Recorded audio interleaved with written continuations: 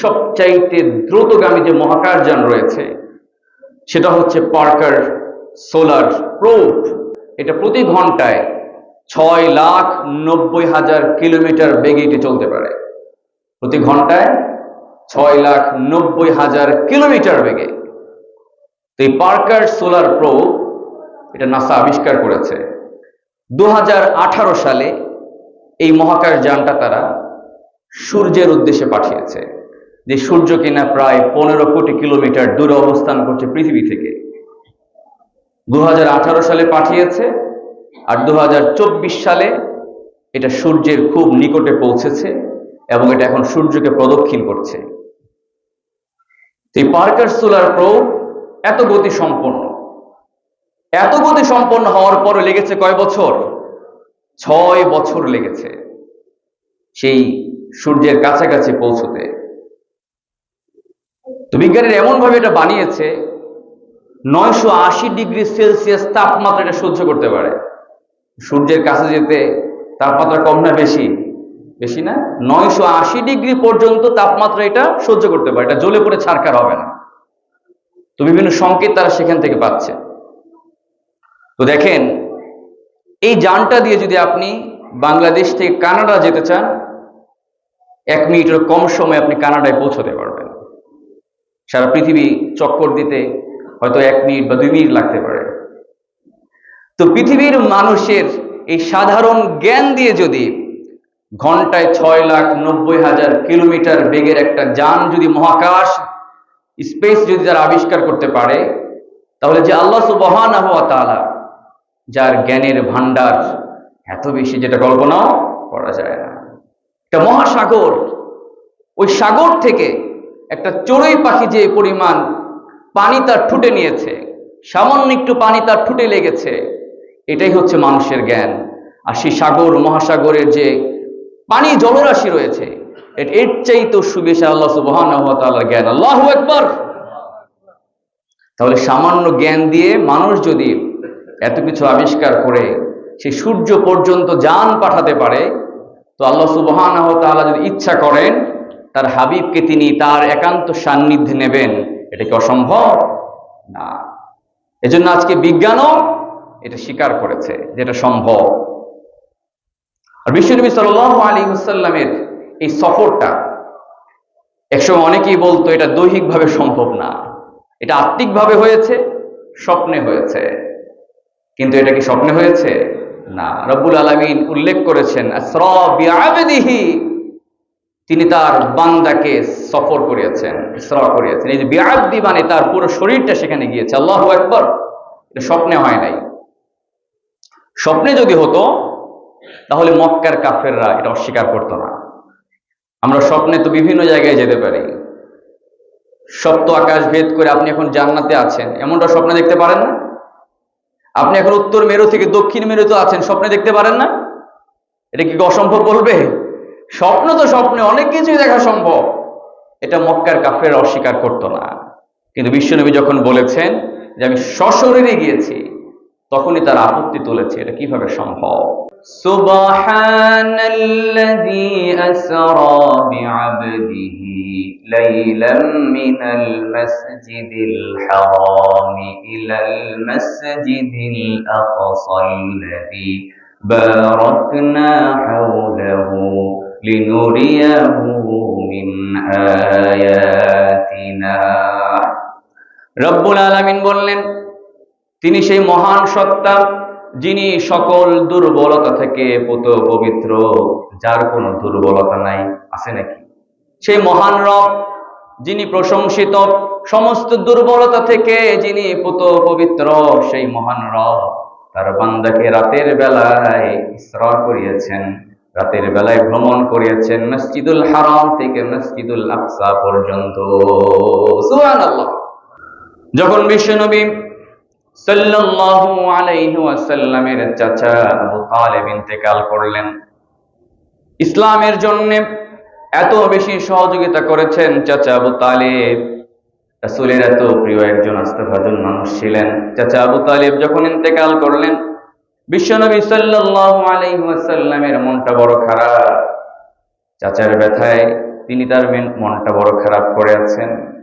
এরপর তার কাছের অত্যন্ত প্রিয় সহধর্মিণী উম্মুল মুমিনিন খাদিজা রাদিয়াল্লাহু তাআলা আনহা তিনি ইন্তেকাল করলেন। বিশ্বনবী সাল্লাল্লাহু আলাইহি ওয়াসাল্লামের ইসলামের দাওয়াতি কাজের সূচনা লগ্নে সবচাইতে যে মহিলাটা বেশি সহযোগিতা করেছেন, যে মানুষটা সবচাইতে বেশি সহযোগিতা করেছেন, তিনি হচ্ছেন বিবি খাদিজা। বিশ্বনবী সাল্লাল্লাহু আলাইহি ওয়াসাল্লামের জন্য, ইসলামের জন্য তার সমস্ত সম্পদ বিশ্বনবীর পায়ের কাছে রেখে দিয়েছেন আর বলেছেন, মুহাম্মদ, ইসলাম প্রচারের জন্য যদি আমার সমস্ত কিছু বিলিয়ে দিতে হয়, আমি সব কিছুর জন্য প্রস্তুত আছি। সুবহানাল্লাহ। তো বিবি খাদিজা রাদিয়াল্লাহু তাআলা আনহা তিনি ইন্তেকাল করেছেন, চাচা ইন্তেকাল করেছেন, মনটা বড় খারাপ। বিশ্বনবী সাল্লাল্লাহু আলাইহি ওয়াসাল্লাম বিবি খাদিজাকে এত বেশি মহব্বত করতেন, এত বেশি ভালোবাসতেন, অন্যান্য সহধর্মীরা তারা বলতেন, ইয়া রাসূলুল্লাহ, সেই বিবি খাদিজা কত আগে ইন্তেকাল করেছে, এরপর আমরা কত সুন্দরী রমণী আপনার জীবনে এসেছি, আপনি এত খাদিজার কথা কেন বলেন? বিশ্বনবী সাল্লাল্লাহু আলাইহি ওয়াসাল্লাম তখন বলতেন, তোমরা আমার সুদিনের সহধর্মিণী, আর বিবি খাদিজা এমন সময় আমার পাশে দাঁড়িয়েছিল যখন আমার পাশে দাঁড়ানোর মতো কেউ সাহস তখন করে না, ঠিক না? এই জন্য অনেক বেশি ভালোবাসতেন তিনি তার এই বিবি খাদিজা রাদিয়াল্লাহু তাআলা আনহাকে। উম্মুল মুমিনিন হযরত খাদিজা রাদিয়াল্লাহু তাআলা আনহাকে বিশ্বনবী সাল্লাল্লাহু আলাইহি ওয়াসাল্লাম স্বয়ং নিজ হাতে যখন কবরের মধ্যে রাখলেন, এরপর মাটি দেওয়া হলো, একে একে সবাই চলে যাচ্ছে, বিশ্বনবী সাল্লাল্লাহু আলাইহি ওয়াসাল্লাম তখন কবরের পাশে দাঁড়িয়ে আছে, চোখটা ছলছল, চোখটা ভিজে আছে, খাদিজার কথা স্মরণ করে বিশ্বনবী নিজেকে কন্ট্রোল করতে পারছেন না। সাইয়েদনা আবু বকর রাদিয়াল্লাহু তাআলা আনহু তিনি বলেন, ইয়া রাসূলুল্লাহ, চলেন আমরা যাই, সবাই তো চলে গেছে, চলেন ভাই ফিরে যাই। বিশ্বনবী সাল্লাল্লাহু আলাইহি ওয়াসাল্লাম বলেন, আবু বকর, তুমি জানো নাকি কাকে রেখেছি, কাকে কবরে রাখলাম? তুমি কি জানো নাকি ইসলামের জন্য, ইসলাম প্রচারের জন্য আমাকে সবচাইতে সহযোগিতা করেছে, বেশি সহযোগিতা করেছে আমার এই স্ত্রী খাদিজা। খাদিজাকে আমি ফেলে কেমনে যাই? যতক্ষণ পর্যন্ত না ফেরেশতারা খাদিজাকে প্রশ্ন করবে আর আমি নবী মুহাম্মদ সাল্লাল্লাহু আলাইহি ওয়াসাল্লাম খাদিজার হয়ে আমি প্রশ্নের জবাব দিয়ে তারপর আমি বাড়িতে যাব, এর আগে যাব না। সুবহানাল্লাহ। আমার ভাইয়েরা, বিশ্বনবী সাল্লাল্লাহু আলাইহি ওয়াসাল্লাম যখন দোয়া করতেন তখন তিনি বলতেন, ও আল্লাহ, ওই কিয়ামতের কঠিন ময়দানে যখন ভাই ভাইকে চিনবে না, মা তার সন্তানকে চিনবে না, বাবা তার সন্তানকে চিনবে না, কেউ যখন কাউকে চিনবে না, সবাই যখন ইয়া নাফসি বলবে, ওই কঠিন মুহূর্তে যেন আমি আমার খাদিজাকে না ভুলে যাই। আমার ভাইয়েরা, বিশ্বনবী সাল্লাল্লাহু আলাইহি ওয়াসাল্লামের মনটা খারাপ, চাচা ইন্তেকাল করেছেন, এই প্রিয় সহধর্মিণী কাছের সবচাইতে কাছের স্ত্রী খাদিজা তিনি ইন্তেকাল করেছেন। এরপর বিশ্বনবী সাল্লাল্লাহু আলাইহি ওয়াসাল্লাম ইসলামের দাওয়াত নিয়ে তায়েফ গেলেন। মনে তার বুক ভরা আশা, তায়েফের সুজলা সুফলা পরিবেশে যে মানুষগুলো বেড়ে উঠেছে, ওই মানুষগুলোর মনটাও হয়তো হবে নরম, ওই মানুষের মনটা, ওই দেশের মানুষের মনটা হয়তো সফট হার্টেড হবে, তারা হয়তো কোমল হৃদয়ের হবে, আমার দাওয়াত তারা মেনে নেবে। কিন্তু বিশ্বনবী সাল্লাল্লাহু আলাইহি ওয়াসাল্লাম যখন তায়েফবাসীর কাছে কালেমার দাওয়াত পেশ করলেন, তখন তারা কি করলো? দাওয়াত তো গ্রহণ করলোই না। বিশ্বনবী সাল্লাল্লাহু আলাইহি ওয়াসাল্লামকে নির্যাতনের পর তারা বেছে নিয়েছে, ঠিক না? খেয়ে না খেয়ে দিন প্রচারের কাজে নিজেকে দিয়েছো বিলিয়ে, তায়েফের কাফিরেরা চিনল না এ আলো, দুষ্ট ছেলেদের পিছু দিল লেলিয়ে। হে রাসূল, তোমাকে ভুলি আমি কেমন করে, হে রাসূল, তোমাকে ভুলি আমি কেমন করে। বিশ্বনবী সাল্লাল্লাহু আলাইহি ওয়াসাল্লাম এভাবে যখন তায়েফে তিনি দাওয়াত দিলেন, তাইফের মানুষেরা দাওয়াত গ্রহণ করলই না, বিশ্ব নবীর এই পবিত্র শরীর থেকে তারা রক্তে রঞ্জিত করে তাইফের মাটিকে তারা লাল করে দিয়েছে, ঠিক না? বিশ্ব নবীর রক্তে তাইফের মাটি লাল হয়েছে। এরপর বিশ্ব নবী সাল্লাল্লাহু আলাইহি ওয়াসাল্লাম ব্যথিত মনে মক্কায় ফিরে এসেছেন। বিশ্ব নবী সাল্লাল্লাহু আলাইহি ওয়াসাল্লাম এত যন্ত্রণা, এত কষ্ট ভোগ করছেন, আরশ থেকে দেখছেন কে?